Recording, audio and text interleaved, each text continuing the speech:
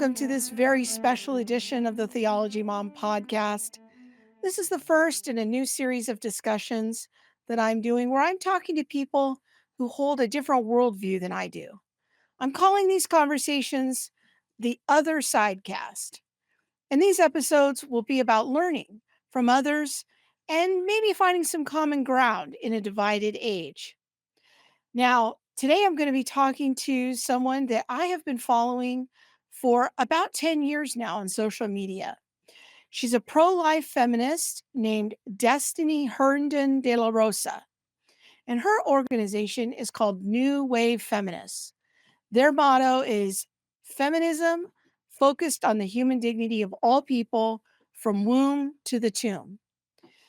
Now, I have found Destiny, as I've seen her and watched her over the years interacting with people on social media, to represent an interesting wing of the pro-life movement. I've also found her stories about how some evangelical Christians have treated her at times to be a little cringy. And they've, quite frankly, a couple of them have made me sad over the years. But I recently saw a post that she made on Facebook about the importance of having better conversations with people that we disagree with. Can we have those conversations about our differences and what unites us and do it in a way that humanizes each other better?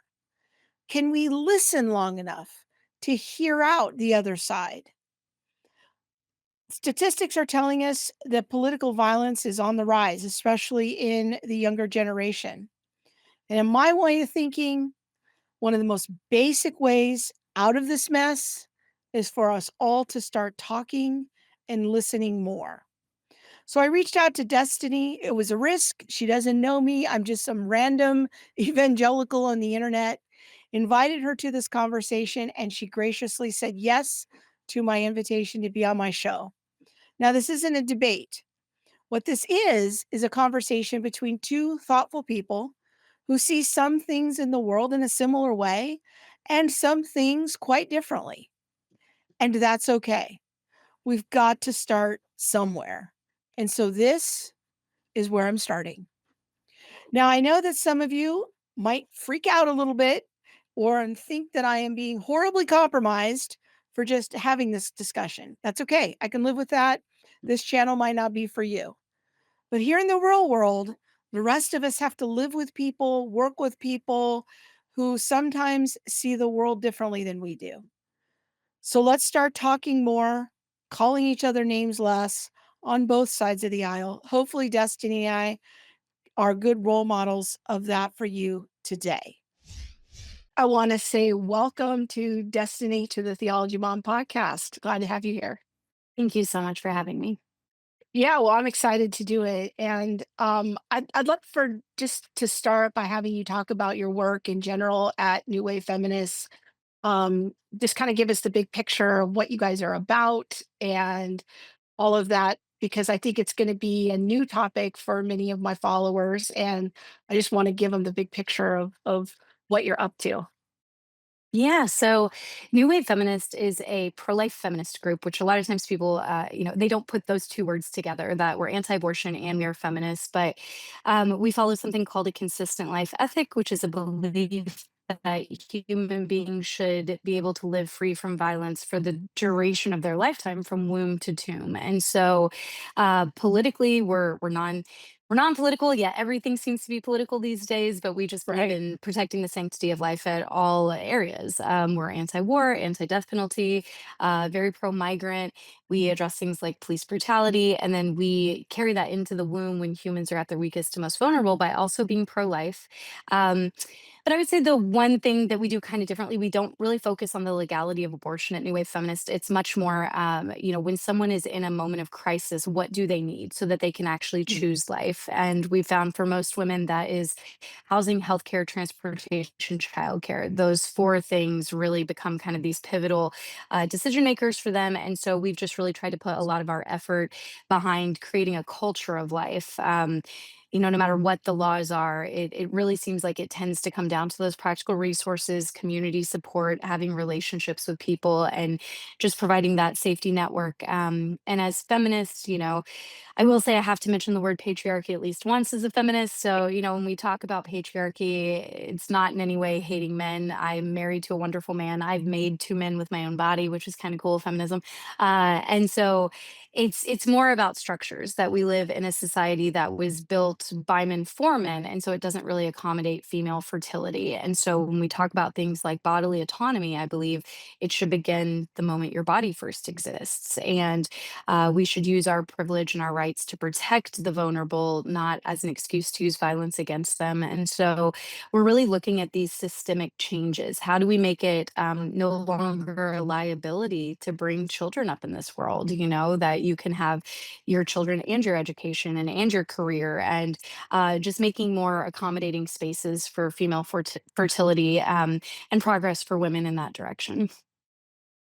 Very good. And some of that I want to unpack with you a little bit later. But first, I want to continue to help people get to know you. Tell us a little bit about your story in that. How did you get into this kind of doing this kind of work?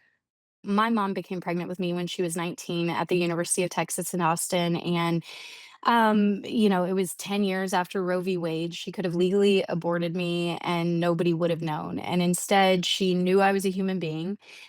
She actually talks about how in their home they had the copy of Life magazine from sometime in the 70s, and it was these really beautiful pictures of life inside the womb.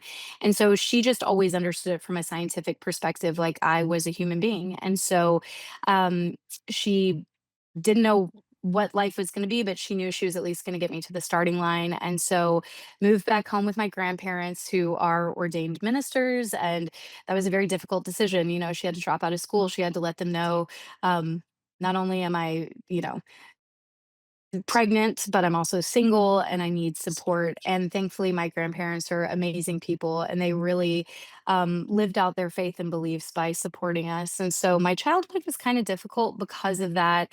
And, we experienced poverty, abuse, all these things that are given as reasons for why someone like myself shouldn't be here. But I'm glad I'm here and it's given me empathy for other people going through those same struggles. Because at the end of the day, violence can never be a part of the solution. Like, if we want to address poverty or inequities in society, like we do that without harming vulnerable people, right? And so then fast forward the story, I think I definitely grew up in a MTV Cosmo culture that told me that, my sexuality and value would be found in being desirable. And so I ended up becoming sexually active myself at 15. By 16, I was pregnant. My whole world came crashing down because I had been the unborn child in this scenario, but now I was the terrified teenager. Um, and again, my grandparents really showed up for me. My mom showed up for me. There was so much self-loathing, like, I've been through this, I know how difficult it is, and now I'm putting another human being through this, but because of that family support, I was able to do it, and now my son is 24 years old, he's an amazing human being, this wonderful contributing member of society, great sense of humor, like, he's a lovely person, but again, I think that's really informed my activism because I look back on the fact that I don't know that I would have cared what my senator thought about abortion, right, or what the laws were. The hurricane of fear that you feel in that moment. Like, I wanted to rip my stomach off my body and run away from it. Like, I just remember just viscerally, like, I cannot be repeating this cycle. I cannot be doing Mhm. this. And in the midst of that storm was a family that said, "We've got you and we're here for you and we're going to, journey with you through this. And life is going to change. It's going to take on a different trajectory, but um that support was everything and I fully recognize the privilege I had because so many of my peers were becoming pregnant around the same time and their parents were driving them to the abortion clinic and the irony is they really felt like they had no choice. I had a lot of choices. Was I going to place my child? Was I going to parent? And so I knew I had 9 months to kind of figure out what was gonna be best for my child and myself. And so I think that that's kind of what shaped my activism. I want other pregnant people to at least have what I had, at the bare minimum. So it sounds like for you, with your family support, that really helped you make a decision about parenting your son and keeping him. Um, What migrated you into activism and advocacy for other people to help them on their journey to keep their children? I think so much of it was just truly seeing the pain in my post-abortive friends and them feeling like this was this horrible part of their past and they were wrapped in this shame. And when you asked them, they would say it was the right decision. And, I'm glad I did this, but then they were also breaking down all the time over it. And I think it's just such a complex thing. And a lot of times within the pro-life movement and the pro-choice movement, you're given these two kind of uh, decisions, like you can either shout your abortion, it was the best thing ever, or it's this lamenting and just a heart-wrenching thing. And I find a lot of women are kind of somewhere in between. Like, it's very complicated. They need space to be able to process um, how oftentimes they were a victim of societal coercion, family pressure, Mm. partners that didn't want them to continue the pregnancies. And so they take it on as if it was the right decision. And I'm glad I did it, because if I didn't, I couldn't have gone to college, or I wouldn't have met, my future spouse, or, they give themselves all these reasons, but then they aren't allowed to actually just sit with the fact that it's a very complex and painful decision for so many people. So I was very vocal about that. And then new wave feminists started randomly outside of that. I think I was bored. I don't know what was going on in my life, but I was driving down the street with my son. He was about 5 at the time, and we saw this billboard for like a Hooters type place but on steroids, and it was just really objectifying women. And my little boy looked up and he goes, "That's not okay." And I was like, "That's not okay. Why are we having to see this to sell chicken wings? Like, why is my 5-year-old learning that women are just objects?" And so um, I got together a group of friends, I roped them into it, and I was like, "We're gonna speak at city council, and we're gonna write a strongly worded email, and we're gonna," I don't know what I was thinking. And so I wrote this email out, and, "How dare you," and da da da. And I was quoting Supreme Court justices, like it was over the top. And then I go to sign it at the end, and my friends were named Christy and Kat. And so I'm like, "Sincerely, Christy, Kat, and Destiny." And I'm like, Nobody's gonna take that seriously." I was like, what if we just like we're a feminist group. What if we like make up?" And it was like I was coming up with like a TV show name or something. And I'm like, "What about New Wave Feminists? That sounds like a thing, right?" And they were like, yeah, that sounds, I'd be scared of the New Wave Feminists." And so I'm like, "Yeah, delete our names, New Wave Feminists." And then the billboard got changed. They actually altered the billboard. And by that point, I was drunk with power. And I was like, "Okay, what else can we do?" So we started doing more feminist activism around town and seeing change, which was really, really cool. And then a couple months in, I came to that moment with this fledgling feminist group that was actually making change, in realizing that feminism is so synonymous with abortion. And I was like, maybe we just don't talk about that part. Um, but then I thought, no, I think there's probably other women like myself who are feminists, and feminism is just believing in equal rights and opportunities for women. And yet pro-life women have been told that we aren't allowed to participate in that. And so then we kind of started rolling out some of the stuff that we fully believed in as pro-life feminists. And it was neat. It was like we set this table and people just started showing up, and all these people who thought like I didn't think I could be a part of this. Um and we made a MySpace page that dates the story, but we made this MySpace page. And then a couple years later, I'm speaking at colleges and kind of like formulating like pro-life feminism. There's a great group called Feminists for Life that has been around since pre-Roe. They've been doing this type of work, and they take a very academic approach. I take a goofy humor memes approach to most of our messaging. But so we kind of built on that. And then gosh, 3 years ago now, this has snowballed into us doing activism at the border for pregnant migrant moms who are in need of assistance as they wait on asylum, and, I mean, escaping really horrific, violent, um, just oppression and targeting to them and their children. And so they come up here seeking asylum, and then they're targeted even more along the border. It's incredibly dangerous. And so we had the opportunity to open a shelter in Juarez, Mexico, so that they would have a safe place to stay for 6 to 9 months.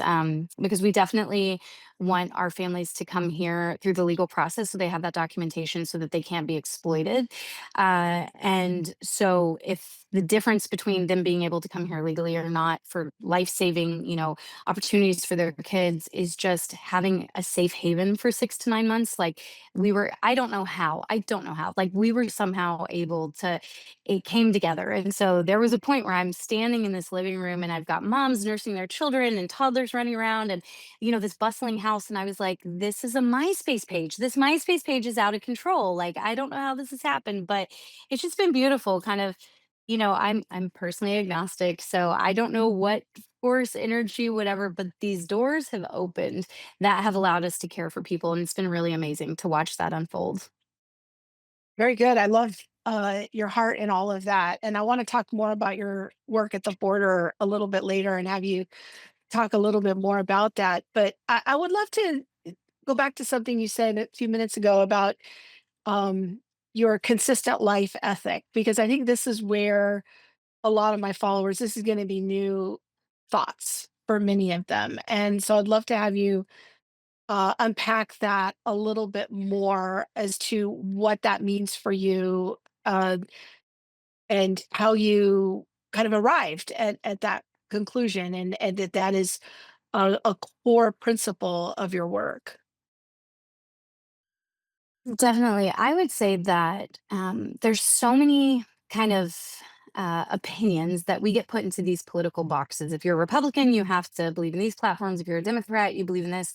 And a lot of times when you sit down not to argue with people, but just to listen and learn, I have found that I've just gotten so educated on even the military industrial complex and how when wars break out, a lot of times again we see women and children are the ones who suffer the most. And the death penalty is another big one that we talk about. The fact that, I feel like in so many ways, the death penalty turns us into the monsters. The very thing that usually we're putting someone to death for is a violent crime, and then now here we are taking that on ourselves. And even looking into the nuance of that, that it's actually more expensive to have legalize the death penalty because you have appeals and all of these things than keeping somebody in prison for the duration of their lifetime. And so even from like a capitalist, more conservative perspective, I've been very lucky to meet people from all over the spectrum, just very critical thinkers who, with each of these issues, we've been able to have these nuanced conversations. And I feel like that's something that as a culture we've gotten away from because we tend to just check the box. I'm a Republican, I'm a Democrat, I'm an independent, and then we say, "Okay, we know everything about you." But that's not true. Like most of our neighbors and friends, like there is a lot of nuance when it comes to these issues. And I think societally we used to be able to wrestle with them really well and hear other people and take in new information and change our opinions, but now it just feels as though everything's at a fever pitch where if we give an inch then the other side takes a mile, like that type of thing. And so you have people running to these extremes that I would say most people don't agree with. And so the beauty of the consistent life ethic is, you know, I can do a podcast like this. I can do one on the left. Like there is going to be some common ground that we agree on, just as human beings who do believe in the golden rule: treat other people the way you want to be treated, and love your neighbor. And these things that we grew up with. That we know how to treat people. And I would say there's 20% on each extreme, but there's 60% in the middle where, even the abortion issue, I disagree with this, but there will be people who say, well, I believe in abortion past 12 weeks. Um, so statistically, somebody could look at that and say, okay, well, they don't believe in it. Or sorry, they believe in it before 12 weeks. So someone statistically can say, well, they believe in restrictions, so they're pro-life. And then the left can say, well, no, they're okay with abortion as long as it's, and so they're pro-choice. And so we constantly are like pulling these people who are more centrist in their thinking to these different extremes. And I think we've just this tribal siloed thinking has stopped a lot of us from being able to debate, dialogue, have critical thinking, really figure out what we believe. Because again, at the core, I just meet so many people, like so political extremes, people who aren't even on, I mean, anarchists, like all types of people, all types of religious backgrounds and everything. At the end of the day, I think we're all human beings and we have this desire to protect human life. And we think we're doing that. I mean, I would say my most pro-choice friends, they think they're doing that. There is a great quote by Frederica Matthews Green where she says, "No woman wants an abortion as she wants a Porsche or an ice cream cone. She wants an abortion as an animal with its leg caught in a trap wants to gnaw itself free." So, my very active pro choice friends, they're saying, "This woman's caught in a trap. We want to help her gnaw herself free so that she can go on and live her life." And as pro life feminists, what we're saying is we want to remove the trap. We don't want violence. We don't want this person to leave maimed at all. We want to actually change these systems. And so I feel like because I do have such a diverse group of people I talk to, the consistent life ethic has just been something where I always joke there's something for everybody to love and everybody to hate. So like there's always something for somebody to disagree with me on. But then I do find I have the most fruitful, beautiful conversations around this view that nobody believes any human being should be subjected to violence. And so why do we make these caveats in our political views or religious views or anything for anybody to be treated that way? And then we get in there and we wrestle with it and we learn from Yeah. one another and we listen so that we can expand those views versus just convincing other people that our way's the right way. So I don't know if you know this, but Frederica Matthews Green is an Eastern Orthodox Christian, and so it's interesting to me that you bring up that quote from her. I found her to be a very She's thoughtful brilliant. thoughtful voice. Um, so something that, and we don't have to go into detail about this, but I don't think I've ever seen a post from you about it. So I'm just curious what your views are on IVF. Do you see in vitro fertilization as part of the pro-life conversation? Where do you see it fitting in, if anywhere? Yeah, absolutely. I think it is. I think that the difficult thing is any time that we make human life a commodity, right? And so that is, and there are so many different layers with IVF. Like I do think there is an ethical way to do IVF where you would only fertilize the exact number of embryos that you were planning on implanting. When we get to the point where, I had a dear friend who went through this. They froze it was like 7 embryos, and, they assumed that over the course of their marriage, they were gonna use them, but after she actually got pregnant with their first child, her body was no longer rejecting her husband's DNA, and so they were able to get pregnant naturally, and she is a very pro-life person, and then now she is having to struggle with these these are she believes life begins at conception, and so these are human beings, and they're just frozen in limbo, and I don't think that she thought that it was going to get to that point. She thought she was always going to use all of the embryos. We also have, some people within New Wave Feminists who have done snowflake adoptions, which I think is Mhm. a really beautiful thing. But it's also when we are looking at the millions and billions at this point of Yeah. frozen human life, like there.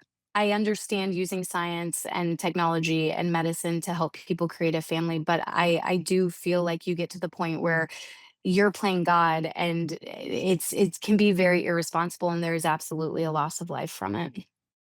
Okay. Well, I appreciate that. I personally, I think you and I are very compatible in our views on IVF. I think I would see it largely the same way. I'm curious. I'm so fascinated by your respect and honor for human dignity and human life.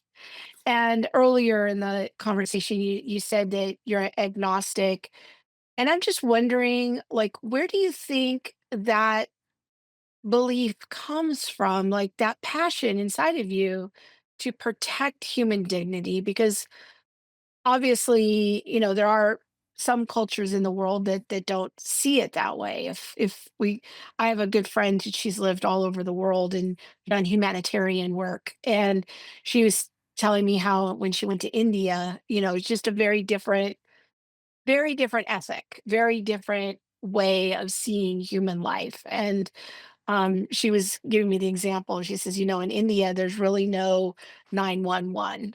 There's no thought of life is valuable.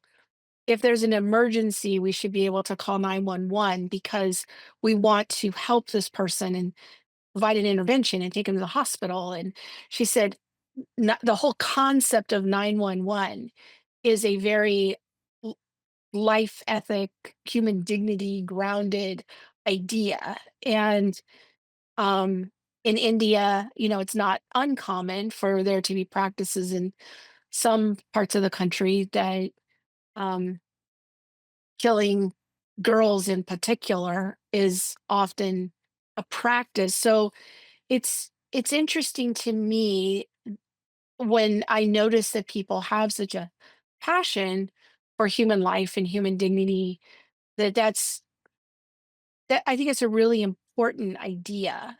Um, and so I'm just curious for you as a non-religious person, where does that come from for you? Like, what is that grounded in? I think that's a great question. I think for me, it again, just it is the way I was raised that we take care of Okay, other people. There's something that separates us from animals, right? Whether it's a soul or energy or whatever it is, there is something that makes us unique. And I also grew up in a very religious family. My grandfather, one of the best humans I mean, he was my human on this earth, the best person I've ever known, and he was a minister. And so I this would surprise you. I actually almost went to seminary when I was 24. And then like I found out that I couldn't go into preaching, the particular one I was looking into. And so I was like, well, whatever. A month later I started New Wave Feminist. And so I didn't even realize that till I started laying that out. And a friend said, "Oh, so you couldn't become a preacher, so you started a feminist cult?" And I was like, "Yeah, evidently that's the way it worked on accident." But um I've always had just a belief in human dignity because I do think growing up in my family, like I always tell people, Jesus is the blueprint of my heart. Like having this idea and this model that you turn the other cheek and you forgive not just 7 times, but 7 times, 70 times. And you really, I feel like the model of Jesus was to elevate beyond what my grandfather would call the flesh, right? Like the flesh wants to be carnal and lustful and violent and angry. And because we are human beings, we have the opportunity to evolve beyond that, which, there's plenty of Buddhists and Hindus that also believe the same thing. When you were talking about India, I was thinking, and that's certainly, I didn't realize that about 911, but then you also have people who veganism and they won't even step on a cockroach. I do not, I'm just going to go on the right. record. This is controversial. I do not believe in cockroach life. I do not support it. If I see a cockroach, that's the end. It will meet its maker. And so you have people who take it to the extreme where it's like anything living. Which I think that can be beautiful too, and if people feel called to that. I do feel called through my life experience. I've got a friend who calls me agnostic instead of agnostic because I think some agnostic people, it's like out of sight, out of mind. Yeah, something probably created it. Ryer's theology about the watchmaker, right? If you see a watch on the ground, you don't just say, "Oh, look what happened." Like, well, if there's a watch, there's a watchmaker. I can look around and see something has created this, whether it's a simulation or whatever, there's something that's created it. I feel like to be my most intellectually honest, I have to say, I don't know what it is. So I tell people I go to the church of I don't know. But do I feel this energy sometimes? Again, as I mentioned earlier, doors open for me that should have never been able to open for me. I'm super dyslexic. I failed seventh grade. I went to beauty school. Like I have no business having the life that I have right now. But whether my grandfather would say it's some anointing or whatever it is, like I just think sometimes I am able to get in the flow of whatever that creator energy is, and doors are open for us that have been really amazing to help other people. And so that's kind of what I believe. I would say that I also struggled a lot because one of my favorite feminists is the late Andrea Dworkin, and she writes a lot about scripturally when it comes to things like, I don't know if I could say it here, but like sexual assault, I'll use that term. Okay, yeah. That even in the Old Testament, you get into some really messy stuff where if a woman Mhm. cries out, then, but if she doesn't, then it's permissible. And then we go to the father or the husband, whoever basically has ownership of this woman. Like that's not something that we would. And again, I fully growing up being my grandfather's daughter, understand that was a different time. And, the Bible certainly gave women more rights than they had at the time and definitely elevated them to a particular level. But if we were to stick to that, there's even scriptures in Numbers about what it sounds like a priest kind of inducing a miscarriage for the thigh to fall away if the woman had an infidelity and the husband suspected. And so I've heard people say this is an argument for abortion in the Bible. And I've had to get to the point where for me, dogmatically, theologically, it doesn't matter. I'm going to take a science perspective that human life is sacred, that the iron in our blood comes from stars that were trillions of miles away, billions of years ago. Like Mhm. the fact that anybody is here right now is a miracle. And I have um a friend, David Pomerantz, he used to tell this story about how his grandfather survived the Holocaust, and he was in the last train car headed to a concentration camp, and this little 3-inch pin of metal fell out, and that car rolled back, and everybody on that train cart was able to escape. And he says it was because of that 3-inch piece of metal that my grandfather lived, my father was born, and he met my mother. I am here. He's now, a parent himself. Like this lineage. And so when I think about any human life, whether it's somebody with mental health issues struggling with suicidal ideation Mhm. or somebody who's vulnerable because of homelessness, right? If their life is just snuffed out, is lost in some way. It's not just that one life, right? It's the lineage. Like the fact that any of us are Right. here, we have survived famines and dinosaurs and holocausts and Vikings, which I hear were not lovely. Like, and the fact that any of us are here is absolutely miraculous. So if a woman is pregnant and literally this being that could not exist, um, it comes down to her not being able to afford rent. Like, let's create a society where that barrier is not even there for her, because that child in her womb is a miracle. The person sleeping on Yeah. the park bench is a miracle. The people on death row are a miracle. Like whether we like that or not, like every human being I think has value because of just this such extremely minute chance that any of us exist. And so I don't necessarily have to believe in a particular religion or God. I fully acknowledge there's a creator, but to me, that's enough. Yeah. No, I appreciate you just even entertaining my question. And I think that from my perspective as a Christian, I would say I resonate with so much of what you said, because we hold to the idea, as you know, that all humans are created in the image of God. And so that's what separates us or gives us special kind of dignity different than the animals. I'm not saying that we ought to degrade animals. It's just But what there's about a different. cockroaches? Do you have an Yeah, I'm opinion not on a fan. cockroaches? No, Okay. they're not soulish creatures. The Bible differentiates between soulish creatures, which I would put more like, some of the higher ordered mammals and that sort of thing that have higher intelligence, and human beings, that human beings alone are created in the image of God.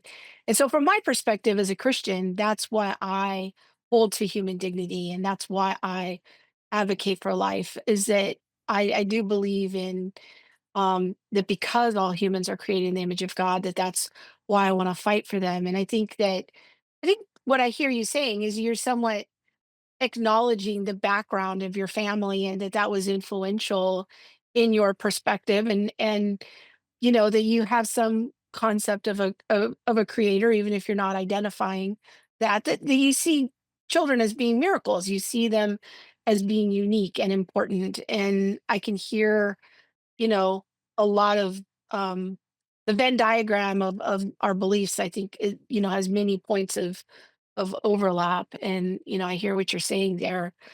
Um, I am wondering about your experiences in working in the more mainstream pro-life community. I know that much of the pro-life work is hooked to the Republican Party.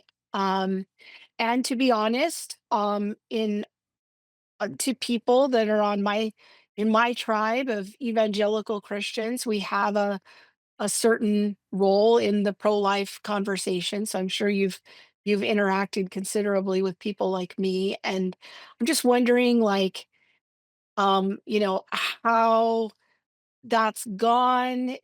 Share some of your experiences, even if they're kind of ugly. Like, help people who follow me kind of understand your point of view and the road that you've walked as you've been fighting for life. Yeah, absolutely. I think that, I've been agnostic now for 8 years. Okay. I definitely, prior to that, struggled with my faith and was already kind of deconstructing, but certainly.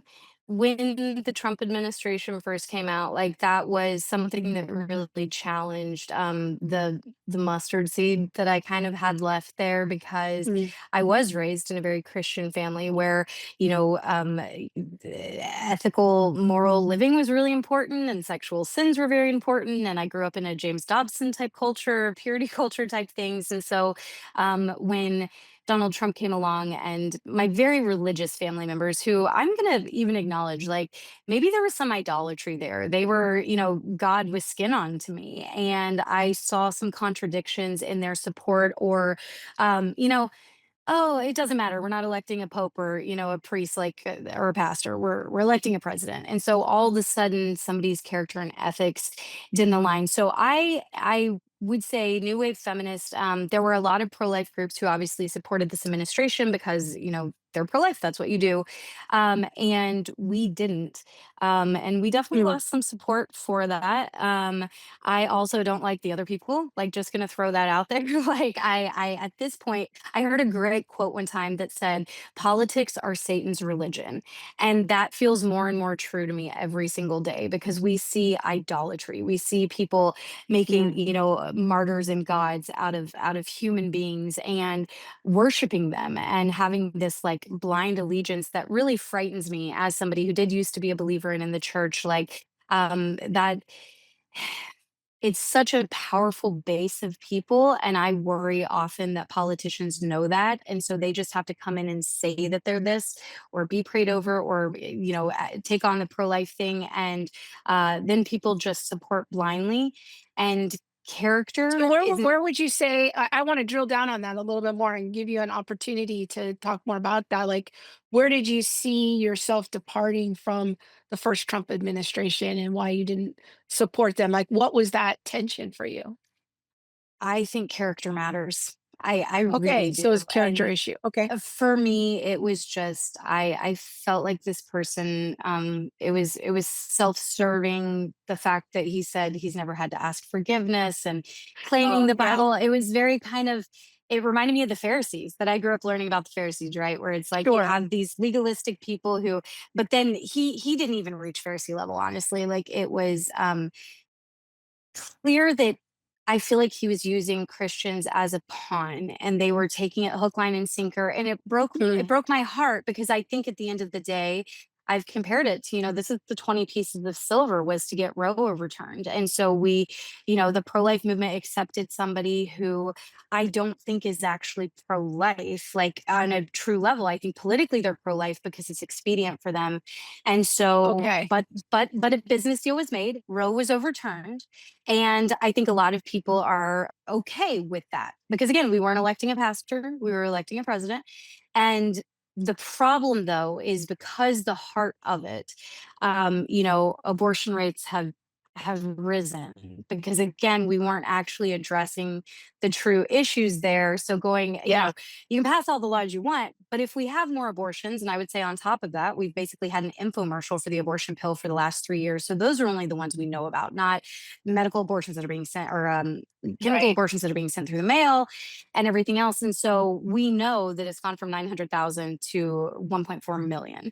So that to me is a failed system. And I do think it comes from leadership, that you can tell when somebody truly has that heart of human dignity. And so when he talks about the human dignity of an unborn child, but then talks about women the way he does, or migrants the way he does, like, to me, that was just a real deal breaker. And I've tried to hold space. A lot of my family is, Trump supporters, and I love them. I don't think that they're bad people. I don't think that they're racist or terrible. I think that they have been forced to be in this binary. And because, again, the other side's worse, that's what we always hear, the other side's worse. And they're going to, do so much horrible stuff, that then everybody gets painted into a corner of supporting somebody that, like, I just take me back to, 1990, when I was little and my grandparents are reading James Dobson to me, and I'm watching VeggieTales on TV, and it's like that type of world of purity culture, and all of that. And if Donald Trump, who had multiple affairs on multiple wives, and, is paying off porn stars and this type, like, my grandparents would have been horrified. Like, that is just something that we did not believe in, because values mattered and people's character mattered. But because we've just reached this boiling point, all of a sudden in order to get power to overturn Roe, right? Like so many compromises were made. And I think that, I mean, we know what happened to Judas. Like, I think that really this is a 20 pieces of silver moment that people have to Mm. learn from. And um, the ends didn't justify the means here, in my opinion. That's interesting because I somewhat agree with you. Now I'm a triple Trump voter, so we'll just put that out there. I triple trumped, and but I have a lot of disagreements with him, and I um, share a lot of your concerns. I don't see him as a Christian, so I see him as kind of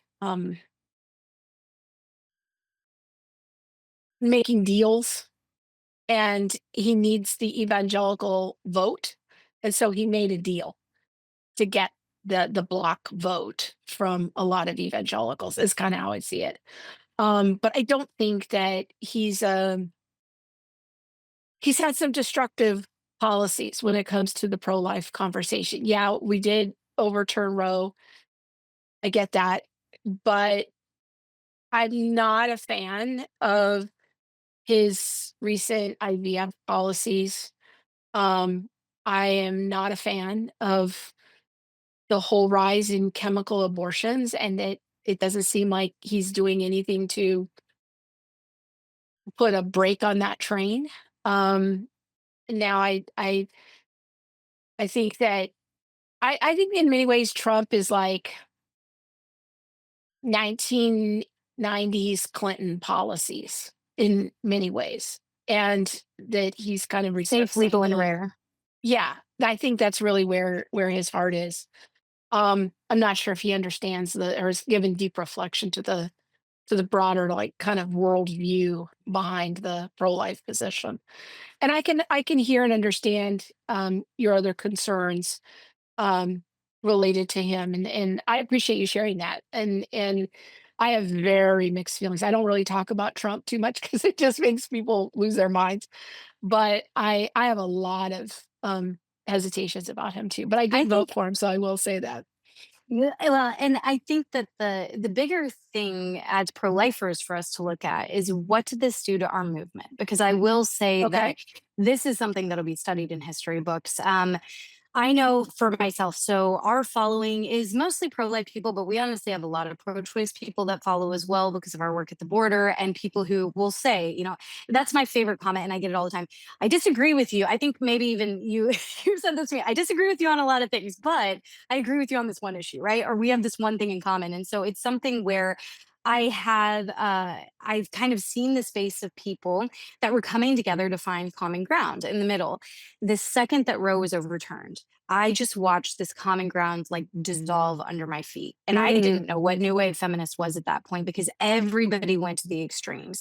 I saw pro life people going to the other side because they were like, this has gone too far. This isn't acceptable. Women and children are going to die now. And um, Mm. because of nobody really understood a lot of the trigger laws. Obviously hospitals and administrators didn't, and people were playing it safe, and we have seen women go into some really dangerous situations because of that, because we had 49 years to get it right, and it should have been the thickest laws on the books, and it wasn't. And so definitely course correction needs to happen. But what I saw happen culturally, starting with the before Roe was even overturned, but with the first Trump administration, was the audios that were released about him grabbing women, and the fact that here we are as pro-lifers saying we care about women and children. It's not just about your unborn child, and it's not as soon as you have the baby we forget you. We truly have a heart for women.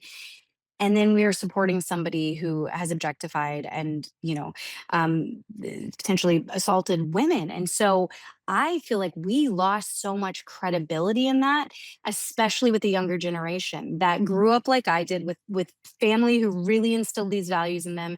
And then now they see everybody going, and they kind of feel upside down and underwater. It's why we see a lot of people leaving institutions and religions, and they're no longer wanting to align because it's just not consistent anymore. And so Charlie Camosi has talked about, he was on the board of Democrats for Life, and he's a brilliant professor and ethicist, and and he talks about we need pro-life 2.0. What is pro-life 2.0 going to look like? Because I will say, just like administrations use the evangelical church as kind of pawns and this voting base, I will say that they absolutely use, because I see it with immigration as well, just to not just throw one side under the bus. The same way that Republicans have pro-life, Democrats have immigration. And what I have seen is that there's a lot of lip service around both of these issues, but nobody actually wants to solve them. Because if we actually did something that just drastically dropped the abortion rate overnight, there's a lot of one issue voters who might start voting blue. If we were to do something that drastically like cured the immigration process and we had a humane process and people were being taken care of, and it was done in a way kind of like during the George H. Bush era, right? Where it was a revolving door and you come here and you build up our economy, this is good for us, and then you go back and you're actually able to take care of your family. Like we had that system. If we were to get back to that and immigration wasn't this issue that we could scare people with, I think a lot of people might come to the right. And so what I see happening, and I hate to say it, but I feel like in some ways New Wave Feminist has been the canary in the coal mine. Like we 100% called what was going to happen with Roe, that Mm. if we overturn Roe, the abortion rates are going to go up because we've only taken something away, but we haven't actually provided any social safety nets or any support for women. We haven't created that community mindset that actually takes care of people.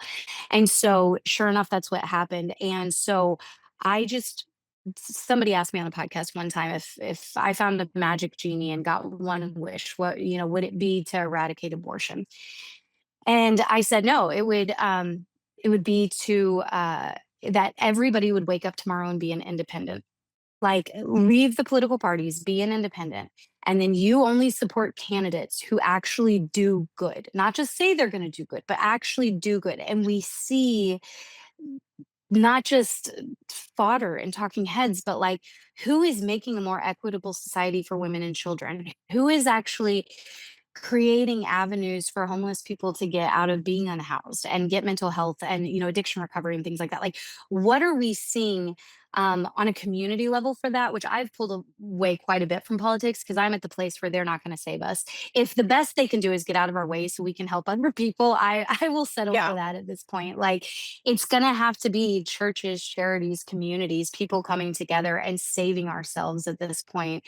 And I think that a lot of people just think the government's going to handle it. And it has now become a national pastime. And I will say, again, politics are Satan's religion. It's almost become religious fervor that people talk about politics and their candidates and these issues. And it's just dividing us, it's separating us from our neighbors. And then we can't love our neighbors.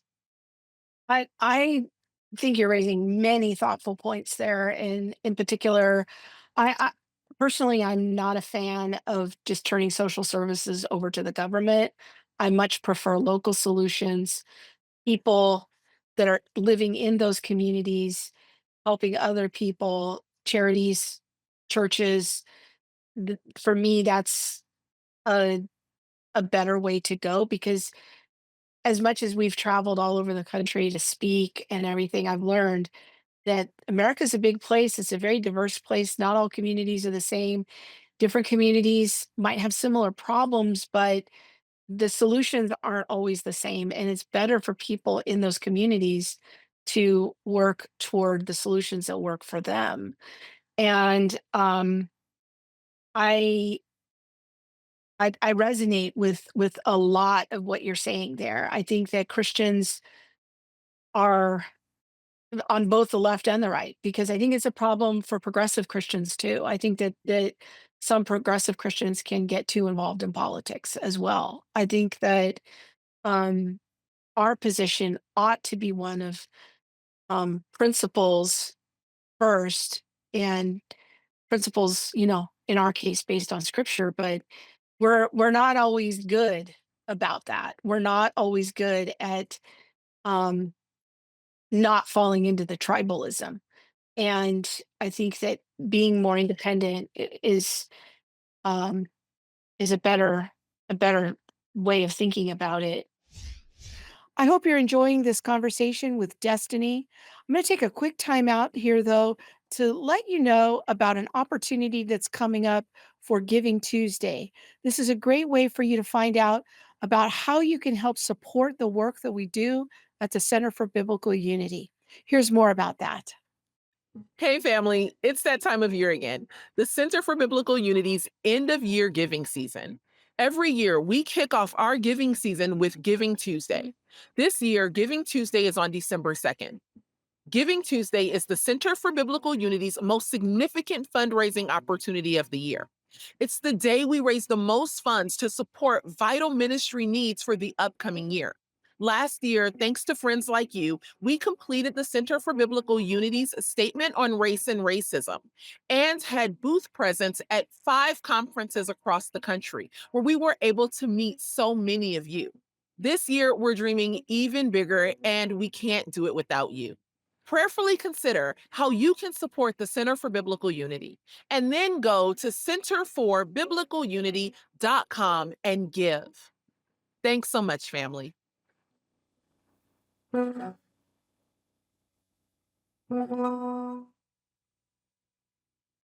with that, let's get back into my discussion with Destiny from New Wave Feminists. What do you see as the systems that are still in place that harm the pro-life position? Like if you were to deconstruct some systems, like what would those systems be that you feel like are working against the pro-life position? First of all, pro-life people, I mean, I'm going to speak very broadly. They're some of the best people that I know. They will give you the shirt off their back, right? Like we have pregnancy centers that are doing so much trying to help people with diapers and wipes and car seats and cribs. And there's so much love that I've seen. I've literally seen people move pregnant mothers into their homes and take care of them. But I do think we get to a point, because I'm with you that I think small community, I don't necessarily want to hear people's opinions on these big political issues if they don't know their neighbors. Do you know the person on your street who has a special needs child that needs help? Do you ever go over and like push them in the swing so the mom can take a shower, the dad can take a break for a minute? Like, what are we actually doing? Because I think that on just a really micro level, uh we talk about people who get in a cycle of dependence, right? Welfare systems, whatever this is, and we see it generationally, and it really harms a lot of people from ever being able to get out of poverty. But I would argue that we also have people on the progressive Christians, as you said, and more conservative Christians who they're in a similar cycle when it comes to giving. I'm going to tithe, I'll pay my taxes, somebody else will take care of this.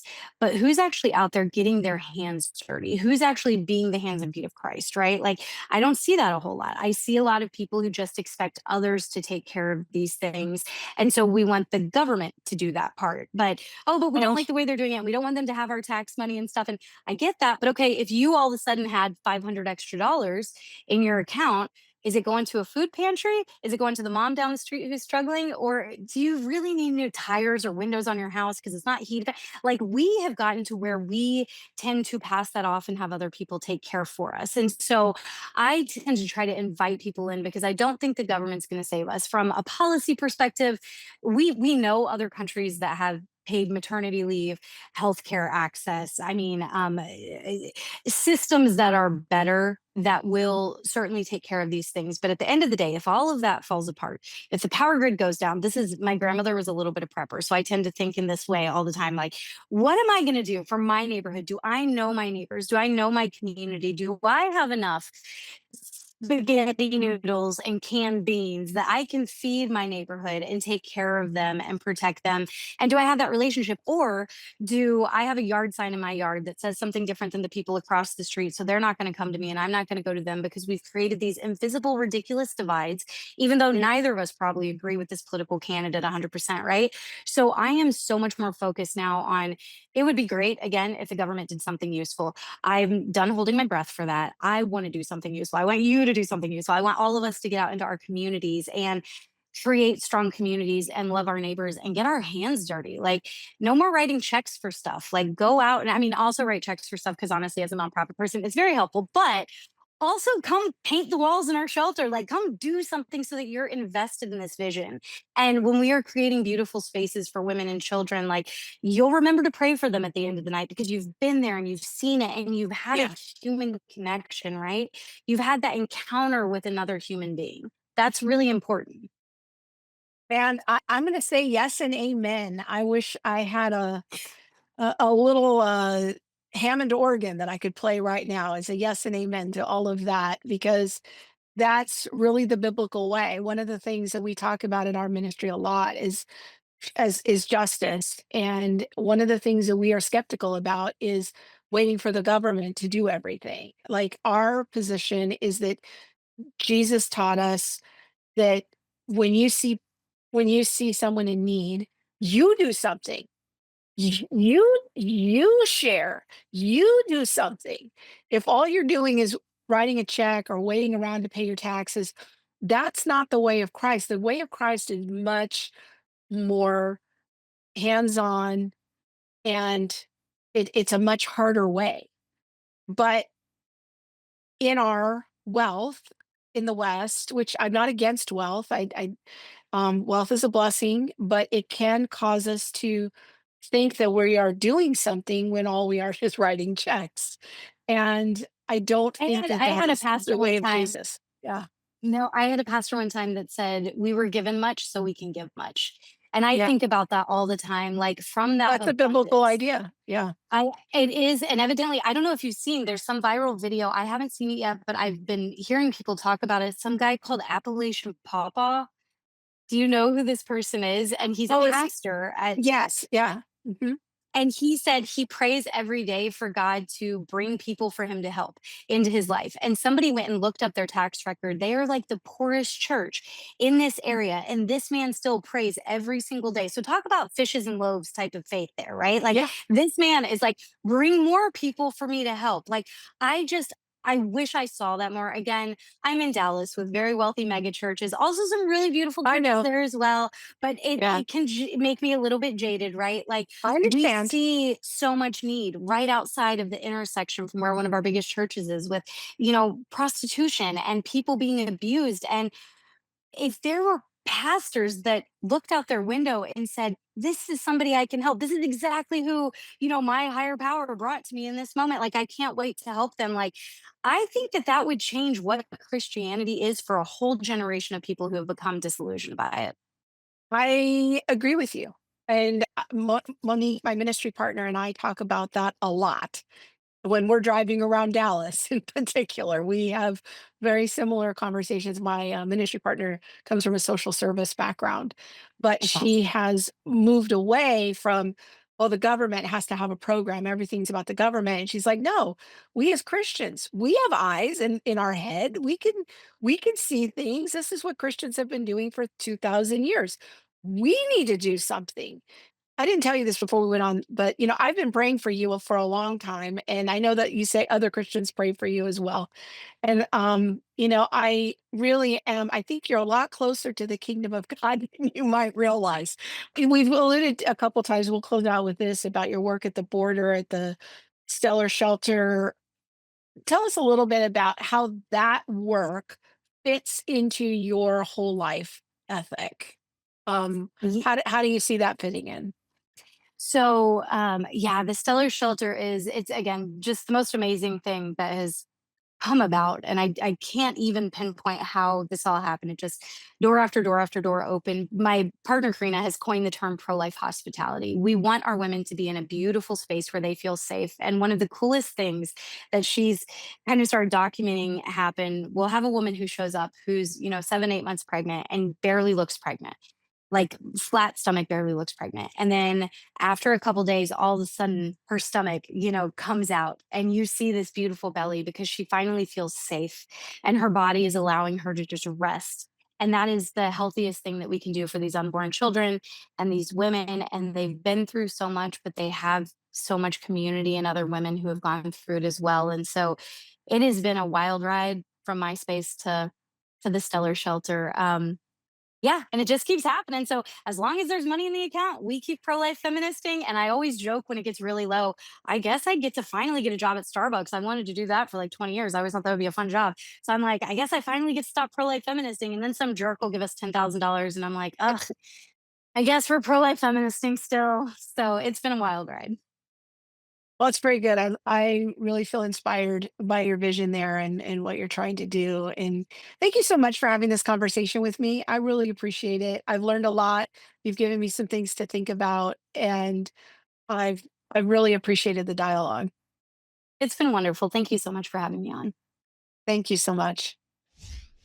I really hope you enjoy this conversation with Destiny and this kind of series that I'm doing on the Other Sidecast. I'm thinking I'm going to do these conversations quarterly. So if you have ideas for conversation partners for me, people who are reasonable, people like Destiny, who are thoughtful and nuanced in their takes, and you think might be good for me to interview, go ahead. You can email me those at info@centerforbiblicalunity.com and just let me know what it's about and send me your suggestions. For me, I found this conversation interesting. I definitely will be thinking about some things that Destiny said, but mostly what I loved about it is that we had a chance to sit down and talk to each other. I probably would have never run across somebody like Destiny in real life, but it was great for us just to sit here and talk and share our ideas. Now, some of you might have noticed, I wasn't trying to corner her. I wasn't trying to rope her into my sharing of the gospel with her. That's okay. We were just trying to sit here and try to understand each other. But hopefully, you saw through the conversation how you can have a discussion with somebody that you disagree with, whether you're a progressive watching this or a more progressive leaning person, or somebody who's more in the evangelical camp like me. I look forward to your feedback about this discussion, and I would love to hear from you. Make sure to share this discussion with somebody that you think it will bless or help, and make sure to hit that like button and make a comment before you go and let me know your thoughts. Thanks so much for watching. Have a good week. God bless.